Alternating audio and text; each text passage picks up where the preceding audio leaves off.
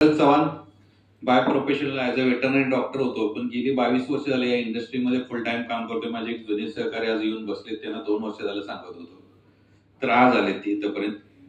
तर प्रोडक्टचं काम करणार आहे. मी नेहमीच सांगतो, जसं एखाद्या घरात लग्न झालं नवरा बायको की नैसर्गिक प्रोसेस चालू होते, हनीमून होतं आणि मग 1-2 महिने 3 महिन्यानं गुड न्यूज येते, कोणाचे वर्ष 2 वर्ष. म्हणजे मला काय सांगायचं, प्रोडक्टचं रिझल्ट येणार हे त्रिकालवादी सत्य आहे. पण इथं मी तुम्हाला काय सांगायला लागलोय, पैसा. कारण मी एकच सांगतो, हा बिझनेस मला का आवडतो त्याचं पहिलं कारण आहे, ह्या व्यवसायात कुठेही तुम्हाला जात विचारली जात नाही. तू काळा का गोरा, तरुण का म्हातारा, काही विचारलं जात नाही. बाकीचे सगळे ठिकाणी सगळ्या गोष्टी चालतात. इथं कुठलीही गोष्ट विचारत नाही. फक्त एक इथं जिगरा कलेजा मोठा पाहिजे की मला पैसे पाहिजेत आणि मला पैसे मिळवायचे आणि मी मिळवणाराच असाच माणूस इथं जर आपल्याला मिळाला तर तो करोडपती झाल्याशिवाय राहत नाहीये. आता माझं लाईफस्टाईल सांगतो, मी सांगायला आलो नाही, मी फक्त ह्यातनं काय सांगायचंय, नाही तर एवढा काही अतिशयाला गर्व झाला. मित्र, महिन्याला मी नाही म्हटलं तर 2-3 ड्रेस चांगल्या क्वालिटीचे रेमंडचे घेतो, शिवून घेतो. माझ्या टेलरची शिलाई जवळपास 1400-1500 रुपये. सकाळचीच गोष्ट, इथं कर्नाळा जायचं होतं, जयशंपूर कर्नाळा लांब नाही, मला 2 व्हीलरनं पण जाता येत होतं मी एकटाच, पण मी गाडी काढून गेलो. मला एकटाच जाता जाता पाहुणा म्हटला, आता इथं कशात चालला, इथे एवढ्या गाड्या आहेत, आता बसा. नाही तर सांगायचं हेतू काय की पैसे लय झाल्यात म्हणून नाही, पण पैसे मिळवून खर्च करायला जी मजा आहे ना, ती कशात मजा. आज इथे गाडी लावलेली आहे, 10 लाखाची गाडी, माझी 5वी शोरूम कार. कशामुळे झाले हे? नोकरीत पॉसिबल असतं का? साहेबांनी पण माहिती आहे. मी साहेबांच्याकडनं जाता जाता किट घेऊन मी कर्नाळा गेलो आणि मग परत आणि आता मीटिंगला आलो. म्हणजे कशामुळे व्हायला लागलं? यातनं मिळवलेल्या पैशामुळे व्हायला लागले. हे नोकरीत कदापि शक्य नाही. कारण नोकरीत 1 ते 10 चैनी असते, 10 ते 20 मग अंडरस्टँडिंग आणि 20 ते 30 निर्लज्ज जगत. काही का नाही रुपये. परवा तर एखादा मोबाईल अक्षरशः बघितला, 25 पैसे बॅलन्स. किती?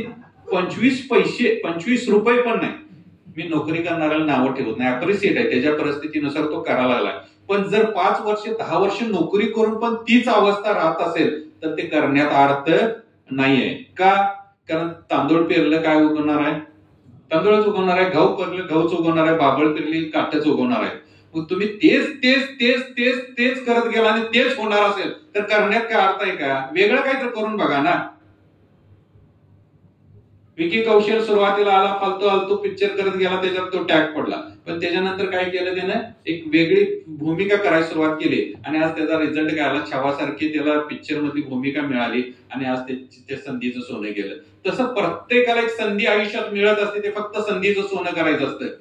कारण कुठलाही देव तुम्हाला करोड रुपयाचं गठडं देणार नाही. देतो ती संधी, त्या संधीतून गठडं बांधायचं आणि करोड रुपये कमवायचे असतात. ती संधी ही बाय प्रेमनं तुमच्यासाठी आणलेली आहे. त्या संधीचं सोनं करायचं की न करायचं हे तुमच्या हातात आहे. कारण मी नेहमी सांगतो, लर्निंग केलं तरच अर्निंग होतं. यल फक्त काढायला लागतं आणि ते चान्स तुम्हाला 2 गोष्टी या 15 दिवसात मिळणार आहेत. येत्या 2 तारखेला सागर जोशी सर आणि फास्टेस्ट करोडपती निलेश देसाई सर येणार आहेत.